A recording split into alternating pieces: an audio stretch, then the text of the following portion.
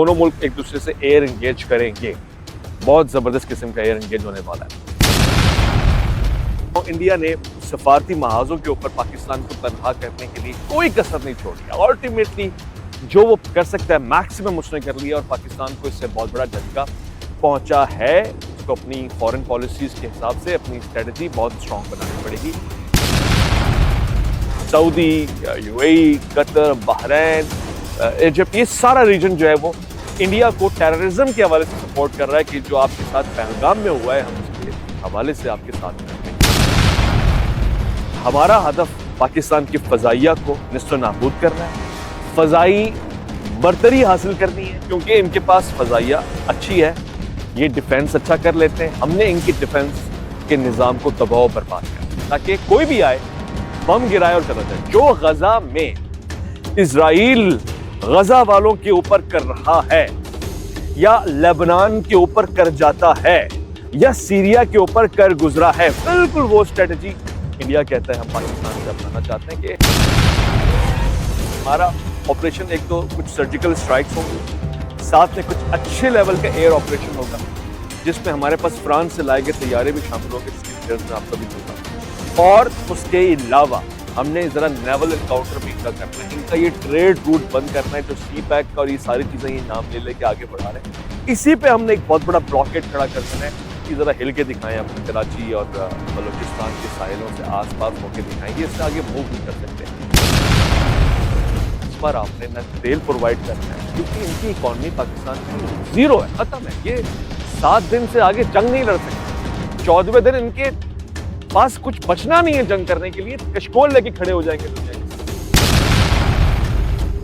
के। Israeli armed forces और intelligence के लोग देखे गए पहलगाम में, पुलवामा में, कश्मीरी टेरिटरी में जो इंडियन ऑक्युपाइड कश्मीर है, जो इंडिया के हिस्से में आता है, उस तमाम रीजन में इजरायली आर्म्ड फोर्सेस की मूवमेंट ये बता रही है कि इन दो में दो ही सब कुछ नहीं है, तीसरा भी कोई और है।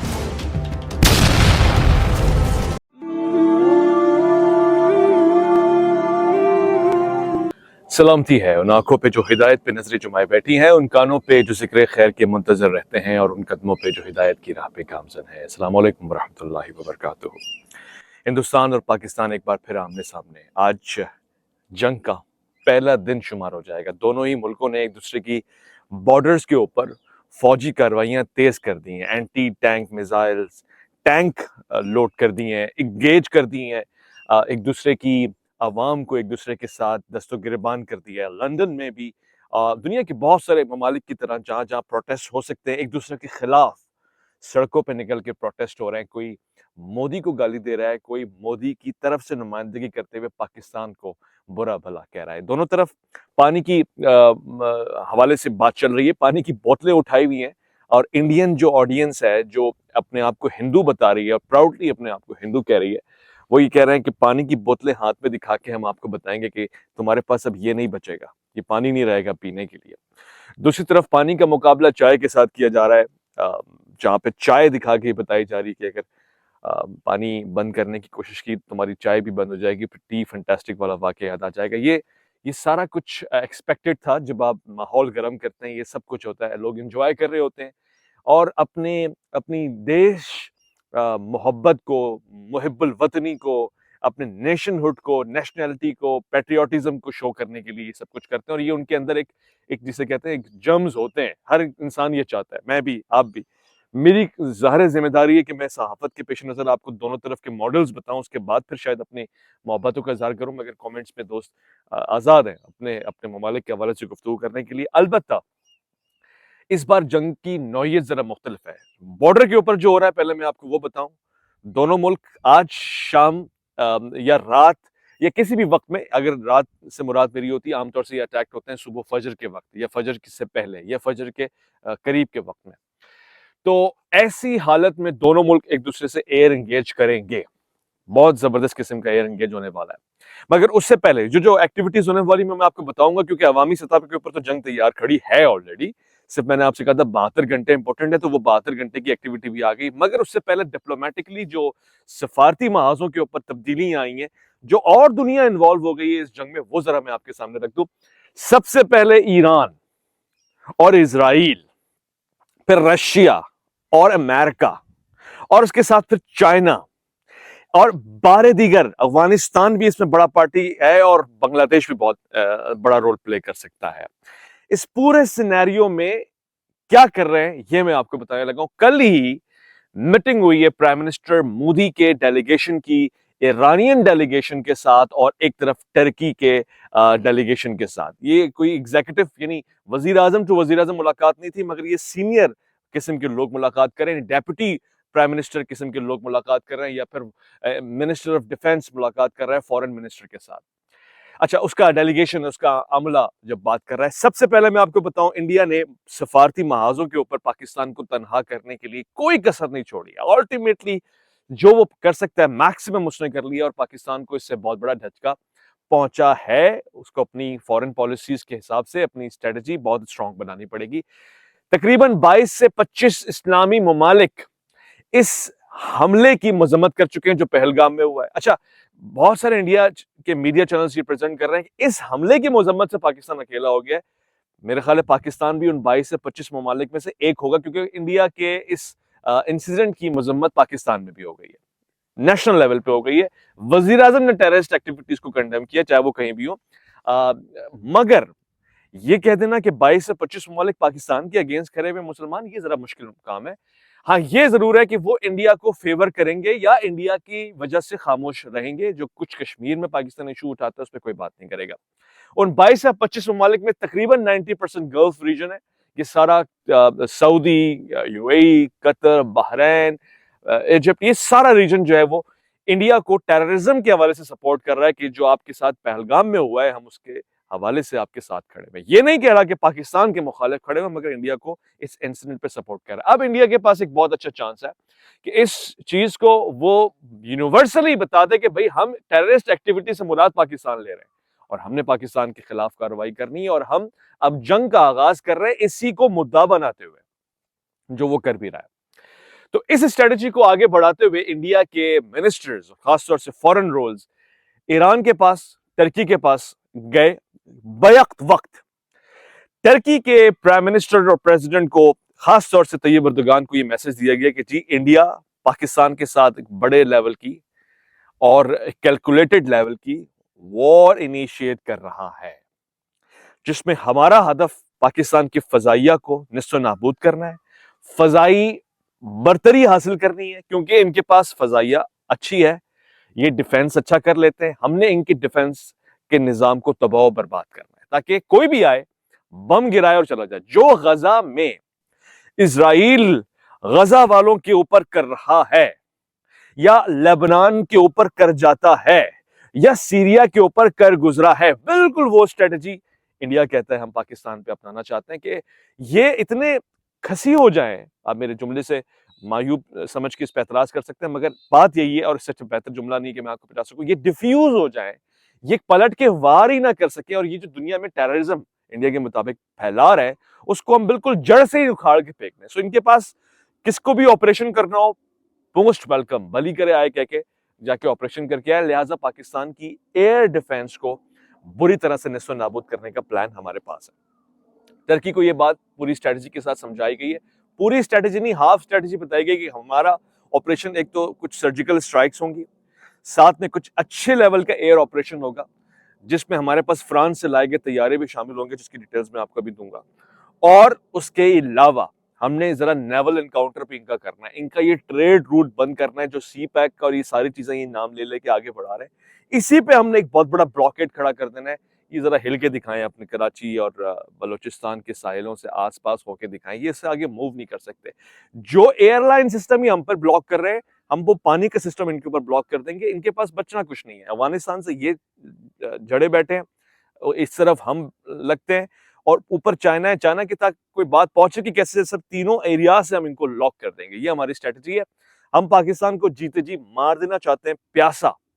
सो ये चीज टर्की को कन्वे की गई है। टर्की को कहा गया आपने सिर्फ ये करना है, बीच में बोलना नहीं। देखिए, अगर आप बोलेंगे तो हमें यूरोपियन यूनियन के पास जाना पड़ेगा, वो आपको प्रेशराइज करेंगे, और आपको इस मसले में, हम आपसे कोई सपोर्ट नहीं मांग रहे, just do not stand in favour of Pakistan.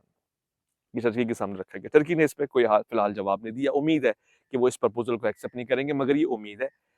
फिलहाल स्पॉन्टेनियसली कोई जवाब नहीं आया। ये बताया गया कि आप अपनी टेररिस्ट एक्टिविटीज के रिवेंज को कंप्लीट करें, जो जो आपकी टेररिज्म के खिलाफ है वो पूरा करें।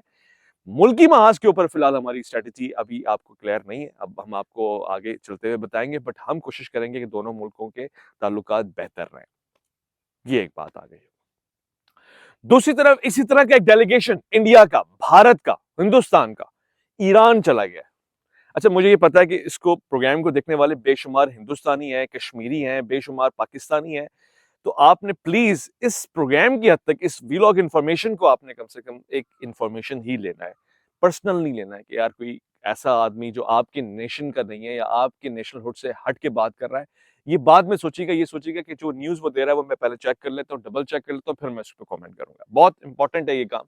मौला अली की ख्वाहिश आपके अहकामात में से एक एतदाल का बंदा दामन न छोड़े, चाहे कोई भी सूरत हाल हो। कुरान की आयतें भी इस हवाले से गुफ्तगू करती हैं।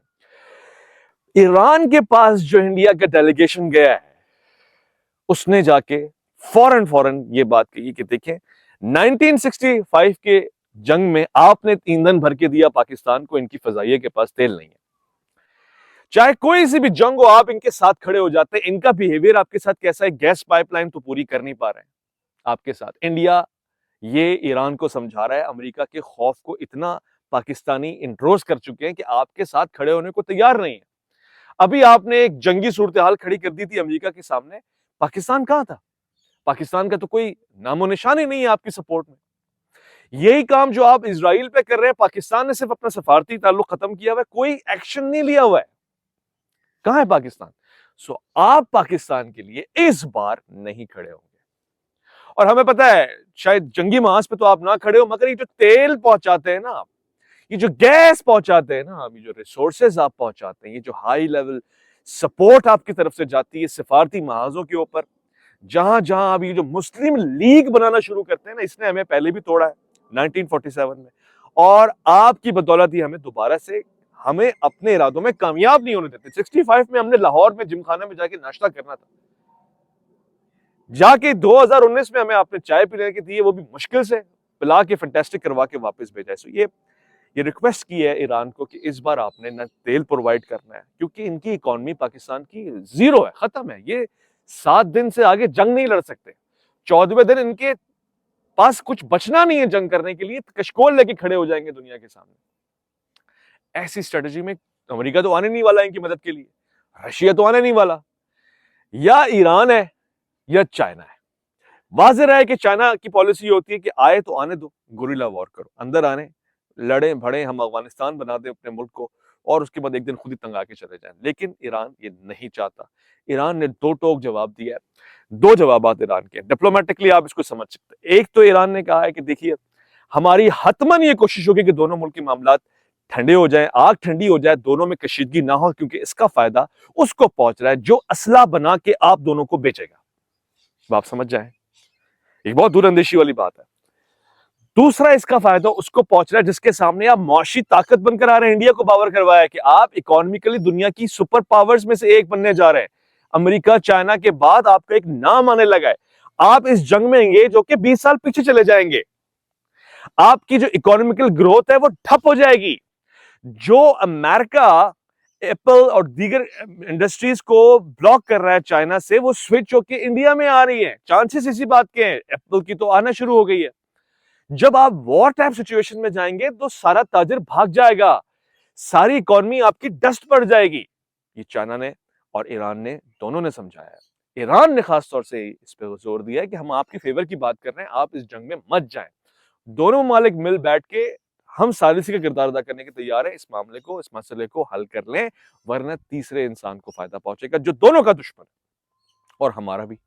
ये ईरान ने समझा और बड़ी तसल्ली के साथ ईरान ने फैक्ट्स एंड फिगर्स रखे इंडियन डिप्लोमेट्स के आगे, मगर उनका जवाब दो टोक था, नहीं जी इस बार हमने करना ही करना है।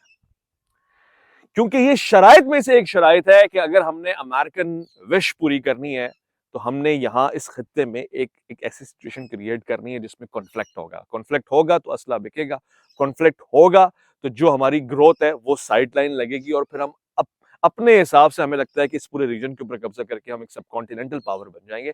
चाइना के खिलाफ।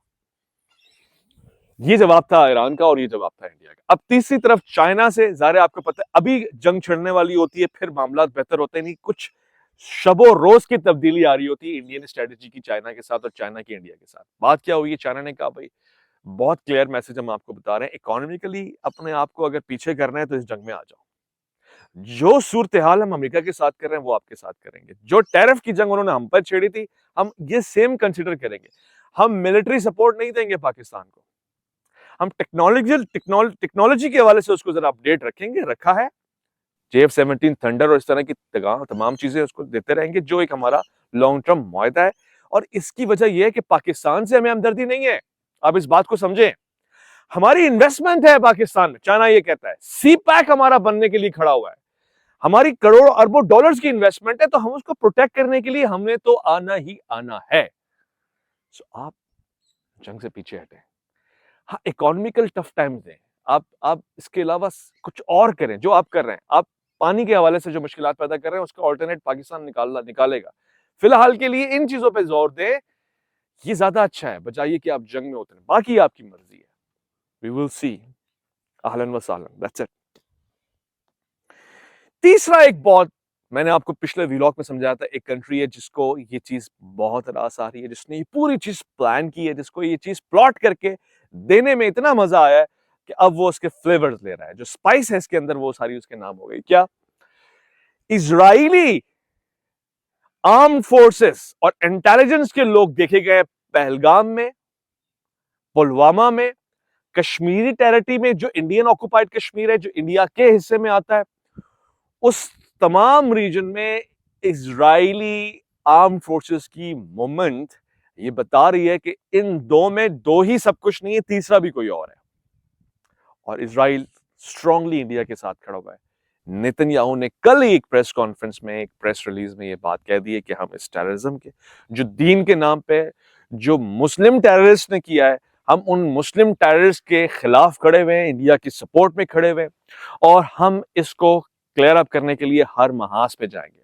जो स्ट्रेटजी हमने गजा में अपनाई है, हम वही स्ट्रेटजी इन टेररिस्ट लोगों के खिलाफ अपनाएंगे। टेररिस्ट से मुराद आप समझ रहे हैं, जो टेररिज्म की डेफिनेशन इंडिया दे रहा है, वही टेररिज्म की डेफिनेशन के ऊपर इजराइल बात कर रहा है। और ये होना था, मैंने आपसे कहा था कि पाकिस्तान में रिसेंटली स्कॉलर्स ने हिम्मत करके बड़ी मुद्दत बाद गजा के जहन्नम बन जाने के बाद फतवा देना शुरू किया। तो वो जब एक्शन में आना शुरू हुए, दुनिया को पता लग गया कि यहाँ पे कुछ हो सकता है, control it before it's too late, शुरू हो गया सीन। तो अब पाकिस्तान के ऊपर ग्रह तंग होंगी, सख्त होंगी और होना शुरू होगी। इसराइली इंटेलिजेंस के लोग और मिलिट्री पर्सन्स इंडिया के अंदर मूवमेंट को बढ़ा रहे हैं।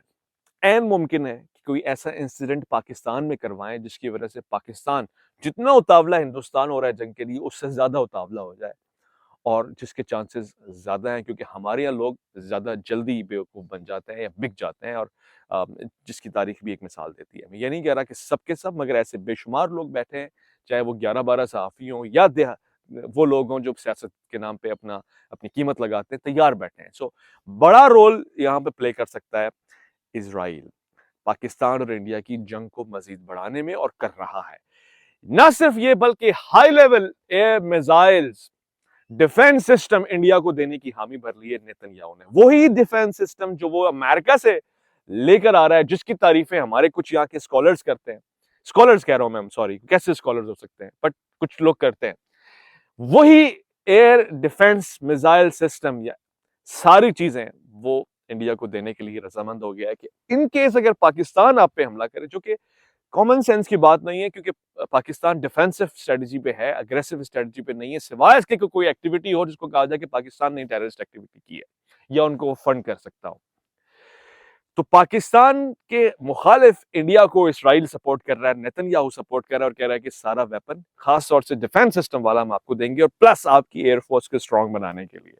ये बात आप जरा समझ लें, क्योंकि मैंने आपसे कहा इनिशिएट हवाई हमले, फजाई हमले होंगे, तो एयरफोर्स को स्ट्रांग बनाने के लिए इजरायली पायलट्स या इजरायली एयर स्पेशलिस्ट, जिसे आप कहते हैं ना टेक्निकल लॉजिस्टिकल, वो लोग जो जानते हैं फजा में कैसे जंग की जाती है, स्ट्रेटेजी क्या होती है, स्ट्रेटेजी मेकर्स इंडिया पहुंच गए और वो बता रहे हैं कि किन किन जगहों पे कैसे कैसे कितनी स्पीड के साथ रिफिलिंग कहां पे होगी, स्पॉट कहां पर होगा, अटैक कहां पर होगा, जिसकी एक प्रैक्टिस इंडिया ने खुद साख्ता की और एक अजीब मजाक बन गया कि खुद अपने ही इलाके में जो कश्मीरी टेरिटरी में आता है उस पर हमला कर दिया, एयर स्ट्राइक कर दी। अच्छा, बहुत सोची समझी साजिश होती है, ऐसा नहीं होता कोई भी चीज की जी वो गलती हो गई, मिस्टेक हो गई, गिर गया, इतना किसी को मासूम ना समझे। प्रैक्टिस की गई और उस जगह पे गिराया गया एयर स्ट्राइक इंडिया ने वहां की जो हिस्सा पाकिस्तान इंडिया के दरमियान बॉर्डर के ऊपर आता है, ग्रे एरिया पे आता है और वहां मुस्लिम आबादी रहती है। एक्सपेक्ट ये होता है कि ये लोग, इनका कोई जुर्म साबित नहीं है, मगर इनडेफिनेटली ये पाकिस्तान को सपोर्ट करेंगे अगर कोई एक्टिविटी हो जाती, बिकॉज वो मुस्लिम ब्रदरहुड के नाम के ऊपर यहाँ पे जो झंडा लहराया जाता है उसमें ये आ जाएंगे। तो उन लोगों के ऊपर को डराया गया, इन केस कुछ होता है, ये देखो ये तुम्हारे सामने खड़ा हुआ है, और उनको निशाना भी बनाया गया। 2 से ज्यादा अमवातें भी रिपोर्ट की गई हैं, उस घर की वीडियो भी आपके सामने चलेगी, तबाह हो गया है घर के ऊपर हमला, समझ से बालातर है। अक्सर ये होता है, ये स्ट्रेटजी जंग से पहले एक प्रैक्टिस मैच के तौर पे होती है कि हमने कहां पे करना है, फिर थोड़ा सा आप किलोमीटर्स को आगे बढ़ाते हैं, फिर आप पाकिस्तान की बॉर्डर के अंदर कुछ घरों को, कुछ बॉर्डर के एरियाज को निशाना बनाते हैं, कुछ ऐसी जगहों को निशाना बनाते हैं जहां पे आपको खतरा होता है। अब मेरी बात सुन लें, लास्ट में आपको इंपॉर्टेंट बात बता रहा हूं, ये बहुत इंपॉर्टेंट है। इंडिया की स्ट्रेटेजी जो इसराइल के साथ मिलकर जो ड्राफ्ट हो गई है, जो इंटेलिजेंस के पास होगी या जो उन खुफिया इदारों के पास होगी जो दोनों तरफ अपनी तरफ से काम कर रहे हैं, या फिर हमारे कुछ मीडिया के साथियों के पास होगी, या हम उसको कैलकुलेट और भांपना शुरू कर रहे हैं, वो सिंपल ही है। इस पूरी स्ट्रेटजी में देखिए, बयान तो ये दे रहे हैं इंडिया के मिनिस्टर्स और बड़े वो वॉरियर्स किस्म के लोग, वो जो पहले भी भाषण दे चुके हैं, वो कह रहे हैं कि सीधा पाकिस्तान कराची और लाहौर के ऊपर अटैक करें और तीसरा अटैक पिंडी के ऊपर करें, इनको मिसमार करते हैं, गजा बनाते हैं, पिंडी को, लाहौर को और कराची को तबाह बर्बाद कर दें। जब आप कराची को ढा देंगे तो पाकिस्तान के पास 70% इकोनॉमी बचनी ही नहीं है। That's it. पिंडी को जब आप टारगेट करेंगे तो पाकिस्तान की जो मिलिट्री है, सारा हब है, वो तबाह हो जाएगा, वो एक दूसरे को पानी डालता फिर रहा होगा, आग लगी पड़ी होगी और कुछ भी नहीं बचेगा। आसपास से ये खैबर पख्तूनख्वा के रीजन से, बलूचिस्तान से खुद इनको अपनी आग लपेट लेगी। ये स्ट्रेटजी ड्राफ्ट करके दी गई है, ऐसा किया जाए और ऑल इन ऑल जंग की जाए। इसके बाद इनके पास इतनी ताकत ही नहीं बनी कि न्यूक्लियर बटन दबाने की हिम्मत भी कर सके। पाकिस्तान इसमें क्या कर रहा है, इसको भी जरा समझ ले। पाकिस्तान अभी खौफ और रौब की फजा कायम कर रहा है, दुनिया को यह बता रहा है कि ये जिस आंख से खेल रहे हैं उसका अंजाम सिर्फ हमारे घर तक नहीं रहेगा, दुनिया भर में ही आग लग जाएगी। वर्ल्ड वॉर 3 जो हम कह रहे थे यूक्रेन और रशिया से स्टार्ट होगी, जो हम एक्सपेक्ट कर रहे थे कि लेबनान और इजराइल से स्टार्ट होगी, वो ये सब कॉन्टिनेंट एशिया से स्टार्ट होने लगी है। क्योंकि अगर इन्होंने मस्ती की तो हमारे पास कुछ है नहीं, हम नंगे बैठे हुए, हम सिर्फ एटम बम उठा के और मारेंगे। और इजराइल की स्ट्रेटजी कह रही है कि किसी तरह से इंटेलिजेंस इनके न्यूक्लियर प्रोग्राम को हैंडीकैप कर दे, ताकि जब ये सब कुछ लुटाने के बाद बटन दबा रहे हो तो वो बटन ही काम ना करे। इस बात को समझ लीजिएगा। ये एक इंटरनल किस्म की मूवमेंट टाइप शुरू हो जाएगी पाकिस्तान में, कुछ ऐसे सर्कमस्टेंसेस क्रिएट किए जाएंगे जिसकी वजह से दुनिया के जो लिखने वाले हैं, जो फिलोसफर्स हैं, जो वॉर स्पेशलिस्ट हैं, जो एनालिसिस करते हैं, वो ये मशवरा दे रहे हैं पाकिस्तान की गवर्नमेंट को, एस्टैब्लिशमेंट को, कि ऐसे टाइम पे अगर आपको एक होके खड़े होना है ना, 2-3 काम आप फौरन से कर दें। पाकिस्तान को मशवरा दे रहे हैं, सबसे पहले इमरान खान और इस तरह के तमाम सियासी कैदियों को रिलीज करें और एक स्टेटमेंट दें सारे खड़े होकर, ताकि इंडिया के खिलाफ एक जोर से पंच जा सके, जो करना बहुत इंपॉर्टेंट होगा। दूसरा, ये जितने भी आपके बलूचिस्तान और वजीरिस्तान और इस तरह के इलाकों में लोग हैं जिनको आपने नामालूम करार देके उठाया है, गायब किया है, उनके जो हेड्स हैं उनको अपने साथ मिला लें या उनको फ्री कर दें और उनको किसी तरह से आप बाईपास कर दें। यहां इस सिचुएशन में ना रखें कि ये इंगेज है, इन्वॉल्व है। तीसरा सबसे बड़ा काम आप ये करें, पाकिस्तान को एडवाइस करिए, दुनिया के फिलोसफर्स या दानिश्वर या वो लोग जो पाकिस्तान के हक में इस जंग को रोकना चाहते हैं, वो पाकिस्तान के हक में नहीं, वो दुनिया के हक में ये चाहते हैं कि ये सिलसिला खत्म हो जाए। तीसरा आप सबसे बड़ा काम ये करें कि इस मुद्दे को इससे पहले इंडिया एस्केलेट करने के लिए आए, आप यूएनओ में लेके जाएं और बड़े लेवल की टेररिस्ट एक्टिविटी अपने मुल्क में काउंटर करके दुनिया को दिखाएं कि हमने टेररिस्ट पकड़े। कुछ लोग थे जो इन्वॉल्व थे, कुछ लोग थे जो हमें लगता था कि इंडिया के पहलगाम अटैक में शामिल हो सकते हैं, हमने उनको गिरफ्तार कर लिए, जिसमें से कुछ मदरसों के नाम दिए गए। उन मदरसों को मैं नाम नहीं ले सकता क्योंकि हमारे यहाँ एक रिलीजियस हार्मनी है जिसकी वजह से ये इंप्रेशन भी खराब किया जा सकता है कि जी किसी मदरसे को बदनाम करने की कोशिश की जा रही है। मगर ये एडवाइस की गई है कि अखुरा खटक के कुछ मदरसों को, और कुछ मदरसे आपके सिंध बेल्ट की तरफ लगते हैं जिनको आपने जो बहुत ज्यादा सपोर्टिव हो सकते हैं गवर्नमेंट के लिए, उनको उनके खिलाफ एक एक्टिविटी करके दुनिया को दिखाया जाए कि देखिए हमने बैन कर दिया। बाय द वे इसराइल के ड्राफ्ट में एक मिशन, एक प्रपोजल ये भी है इंडिया को कि इनके कुछ रिलीजियस इंस्टीट्यूशंस को निशाना बनाओ जहां बहुत सारे टेररिस्ट एक्टिविटीज हो रही हैं, होती आई हैं, जहां पे हम बम वगैरह प्लांट करके जाते हैं, वहां सिंपल एयर स्ट्राइक करो, एक निशान बनाओ।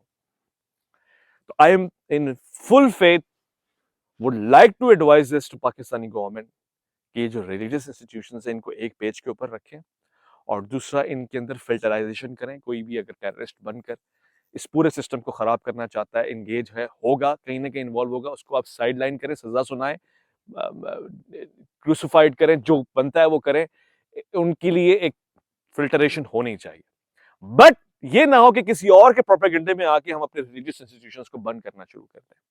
हम उनको फिल्टर कर सकते हैं, हमेशा उसमें बेहतरी की गुंजाइश होती है, जिस जो जरूरी भी है। मगर ये कर देना कि उनको बिल्कुल निस्तो नाबूद कर देना या उन पे बंदिश कर देना, मुशर्रफ दौर में इसके ऑल्टरनेट्स के ऊपर काम करने की कोशिश की गई थी, उस पर कोई खास रिजल्ट नहीं आया। आपको पता है, एक फिगर है, एक जहन है हमारे यहाँ, जो बहुत गरीब बच्चा होता है, उसके लिए ये आसान होता है कि वो एक ऐसी जगह पे पढ़ ले जहां उसको खाना भी मिले, पानी भी मिले, तालीम भी मिले, दीन भी मिले, दुनिया भी मिले, तमीज भी मिले, और आखिर में मुल्क को कुछ नहीं मिलता। ऐसे भी नताइज जाते हैं, इज्जतें चली जाती हैं। बट ओवरऑल मदरसे ये इंस्टीट्यूशंस बुरे नहीं है, इनके ऊपर काम होना चाहिए, इनको बेहतर बनाना चाहिए। इनको बंदिश करना ही तो हमारा खासा है, हमारा हमारा एजाज है। दुनिया को ये बताते हैं कि यहाँ से हुफाज पढ़ के जाते हैं, दुनिया से पढ़ने के लिए यहाँ आते हैं। सो इसके ऊपर ऑल इन ऑल स्ट्रेटेजी बनाना बिल्कुल भी ठीक नहीं होगा। मैं अब आपके सामने इंडिया पाकिस्तान की वॉर स्ट्रेटेजीज को लेके कुछ इक्विपमेंट्स, कुछ वेपन्स, कुछ टेक्नोलॉजी शेयर करने लगा। उसको जरा आपने गौर से सुनना है क्योंकि ये इंपॉर्टेंट होगा आपको बताना कि इन दोनों के दरमियान क्या क्या मिलिट्री इक्विपमेंट्स हैं, वेपन्स हैं, जो एक दूसरे से तसादम हो तो नतीजा किसके हक में जाएगा। जरा देखें आप इसको, कंपैरिजन देखिएगा। इंडिया के पास इस वक्त 15 लाख एक्टिव सोल्जर्स हैं, 1.5 million active soldiers. Technical capabilities India की कितनी है?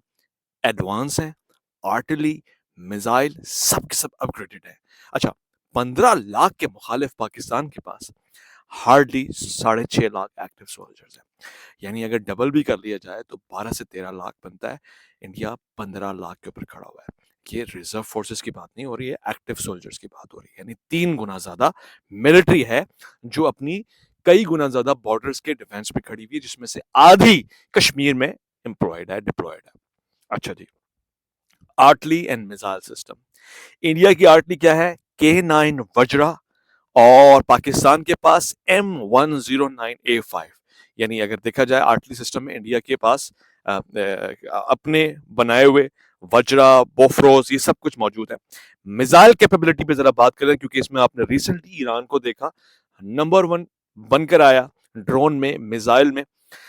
वही चीज इंडिया चाहता है उसके पास हो। रिसेंटली इंडिया ने प्रैक्टिस भी किया, हाइपरसोनिक टेक्नोलॉजी की तरफ जाने की कोशिश की, 1000 सेकंड्स की उसको सक्सेस हासिल हुई, मगर अभी फिलहाल प्रोग्रेस कंटिन्यू है। मिसाइल कैपेबिलिटी में इंडिया के पास ब्रह्मोस खतरनाक किस्म की चीज है, अग्नि सीरीज बहुत खतरनाक है। ब्रह्मोस ही को इस जंग में शामिल करने की कोशिश की जा रही है इंडिया की तरफ से। पाकिस्तान के पास उसके रिप्लेसमेंट में बाबर है, शाहीन है। शाहीन बहरहाल एक लेटेस्ट टेक्नोलॉजी है, एक जबरदस्त चीज है, मगर बहरहाल ब्रह्मोस को जिस हवाले से इक्विप्ड किया गया है, ये एक टफ कंपटीशन हो सकता है। कई ज्यादा एडवांटेज इसमें ब्रह्मोस को हासिल है। Nuclear and air defence system पे आ जाए, जिसके चांसेस कम है, मगर अगर न्यूक्लियर वॉरहेड्स इस्तेमाल होते हैं, बहरहाल इतनी सी बात समझ लें, इस पर ज्यादा बात करना मुनासिब भी नहीं। इंडिया पोजेशन के ज्यादातर उसमें S-400 एयर डिफेंस सिस्टम है, जो मैंने आपसे कहा, और उसको इसराइल भी सपोर्ट करता है, इसराइल भी इसकी फेवर में शामिल होगा। पाकिस्तान के पास वीकर चाइनीज डिफेंस सिस्टम है, तो पोजीशन में Pakistan nuclear and air defence में जरा सा कमजोर होगा। खास तौर से न्यूक्लियर की मैं बात कर रहा हूँ, मेरा एयर डिफेंस से मुराद सिर्फ और सिर्फ एयर डिफेंस नहीं। तो जब एंटी मिसाइल सिस्टम की बात होती है, कोई मिसाइल आप पे मारता है, उसमें पाकिस्तान के पास कोई खास बड़ी टेक्नोलॉजी नहीं है, जैसे कि S-400 इंडिया के पास है। टैंक्स एंड एयरफोर्स की बात कर लेते हैं। इंडिया के पास तकरीबन T-72, T-90, बिश्मा, अर्जुन, ये सब कुछ है और बड़ी क्वांटिटी में है, बड़ी क्वांटिटी में है। जहां पाकिस्तान के पास तकरीबन मोस्टली फर्स्ट जनरेशन टैंक्स ही हैं, ज्यादा से ज्यादा फर्स्ट जनरेशन टैंक्स, यानी आज में जिसको इतना लेटेस्ट टैंक नहीं कहा जा सकता। एयरफोर्स की बात करें, अभी इंडिया ने जो राफेल तैयारे फ्रांस से खरीदे हैं वो उसके पास हैं, जो इस जंग में शामिल होंगे, इन्वॉल्व होंगे और सबसे नंबर 1 होंगे, क्योंकि पाकिस्तान के JF-17 से और F-16 से उनको बड़ा खतरा है, खास तौर से F-16 से। तो उसकी रिप्लेसमेंट में उनके पास राफेल तैयारे होंगे, जबकि खुद इंडिया के अपने पास अपने बनाए सुखोई 30 और MKI वगैरह ये सब चीजें हैं। पाकिस्तान और इंडिया की इस जंग में एक और इंपॉर्टेंट बात आपको बताने लगा हूं। एक और चीज है जो इंडिया प्लान कर रहा है खत्म करने की, ये दूसरा मुआहदा होगा इंडस वाटर ट्रीटी के बाद, जिसको इंडिया खत्म कर रहा है। वो नाम है शिमला एक्ट का, जो 1972 के 2 जुलाई में पाकिस्तान और इंडिया के दरमियान उस वक्त के पाकिस्तानी वजीर आजम जुल्फिकार अली भुट्टो, जो पाकिस्तान की नुमाइंदगी कर रहे थे, और 1971 की वॉर के बाद इंडिया के ही prime minister miss Indira Gandhi, उनके दरमियान ये मुआहदा साइन हुआ था। उस मुआहदे के खत्म होने के चांसेस 95% हो गए, जिसका मकसद ऑल एंड ऑल वॉर होगी। उस मुआहदे में हुआ क्या था, मैं आपको ये बता दूं। 1971 में जो कुछ भी हुआ, जो तबाही हुई, जो पाकिस्तान का नुकसान हुआ, हैवी डैमेज बांग्लादेश की सूरत में, ईस्ट पाकिस्तान की सेपरेशन की सूरत में, वो शिमला एक्ट के तहत कूल डाउन किया गया। कुछ एरियाज पाकिस्तान के इंडिया को जो हासिल हो गए थे वो वापस लिए गए, कुछ एरियाज इंडिया के जो पाकिस्तान के पास थे वो वापस लिए गए।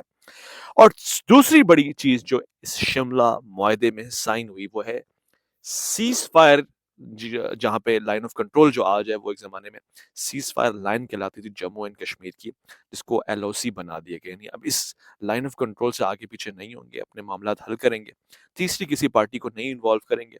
हाँ, UN और US का एक अलग मामला है, और रिस्पेक्ट करेंगे लाइन ऑफ कंट्रोल की, इससे आगे नहीं बढ़ाएंगे। अगर ये मुआहदा खत्म हो जाता है तो जहन में डाल लें कि ये जो लाइन ऑफ कंट्रोल है ये लाइन ऑफ वॉट बन जाएगी, वॉट लाइन कहलाएगी। जो करना है करो, जहां से घुसना है घुसो, जिसको मारना है मारो। ये वो जंग का बॉर्डर लाइन नहीं रहेगा, बल्कि ये जंग का प्लेटफॉर्म बन जाएगा।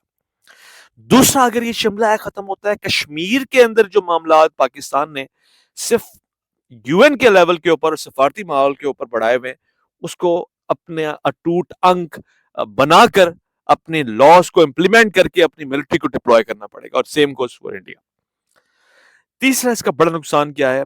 तिजारत तो बहुत दूर की बात है, एक दूसरे के जो सिफारत खाने हैं वो बंद हो जाएंगे, क्योंकि अब पीस पे बात करने के लिए कुछ बचा ही नहीं है। अब कोई कोई महाज ही नहीं छोड़ा है, जितने मुआहदे पहले किए हैं वही तोड़ दिए, तो आगे क्या मुआहदा करना है। और वाज़ेह रहे 1971 की जंग के बाद ये शिमला एक्ट हुआ था, जिसमें दोनों ममालिक में बड़ी गहमा-गहमी थी। दोनों एक दूसरे की आवाम, एक दूसरे के वज़ीर आज़म को कोस रहे थे कि क्या-क्या किया है, क्या नहीं किया। उस वक्त बांग्लादेश रिसेंटली फॉर्म हुआ था, मुक्ति बाहिनी वगैरह सब काम कर रहे थे। अब बांग्लादेश को बने हुए 50-55 साल हो गए।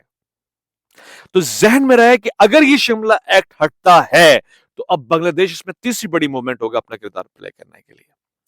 सो इंडिया ये एक और बड़ा बॉम्ब पाकिस्तान में गिराने वाला है कि शिमला एक्ट को हटा दिया जाए, सस्पेंड कर दिया जाए, जिसका नतीजा ये निकलेगा कि अब जमीनी जंग के चांसेस उसी तरह से शुरू हो जाएंगे जैसे 71 में थे, यानी war will remain continue after 71।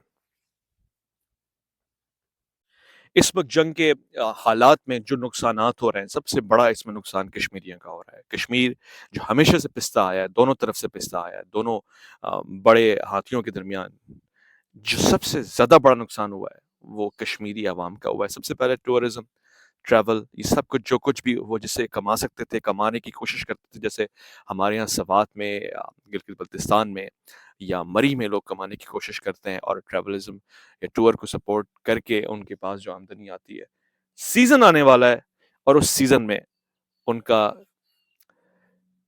पटरा पलट के रख दिया है। यानी अब सब कुछ बंद हो जाएगा, जिसका नुकसान कश्मीरी इकॉनमी को होगा, कश्मीर के लोगों को होगा, दाल पानी बंद होगा। दूसरा, कश्मीरी स्टूडेंट्स के लिए बहुत बड़ा मसला है। कश्मीरी स्टूडेंट्स और खासतौर से मुस्लिम जो हैं वो अब वायलेंस और डिस्क्रिमिनेशन का शिकार होंगे by Indian government, by Indian people, by Hindutva concept. बड़े लेवल के ऊपर कश्मीरीज और खासतौर से मुसलमान कश्मीरीज निकाले जाएंगे यूनिवर्सिटीज से। स्टूडेंट्स में आपस में रियॉट्स होंगे, वायलेंस क्रिएट होगा, झगड़े होंगे, फसाद होंगे, गली मोहल्ले में आग लगेगी जो भारत में लगेगी, और ज़ाहिर है उसका नुकसान भी हिंदुस्तानियों को होगा, मगर कश्मीरियों को ज्यादा होगा। कश्मीर के लोग उसकी आग में ज्यादा जलेंगे। तीसरा, कश्मीरी मूवमेंट जो आस्ते आस्ते भारत डिसॉल्व कर रहा था वो दोबारा से इनलार्ज होना शुरू हो जाएगी। देखिए ना, किसी के पास कुछ बचना नहीं है, तो उसने यही करना है कि उसने अपने अपने हुकूक की तलब शुरू करनी है कि भाई तुम हमें कुछ दे भी नहीं रहे, हमारा जो है वो हमें वापस कर दो। एस्केलेशन स्टेप बाय स्टेप शुरू हो जाएगी, और जिसको काउंटर करना पड़ेगा इंडिया को।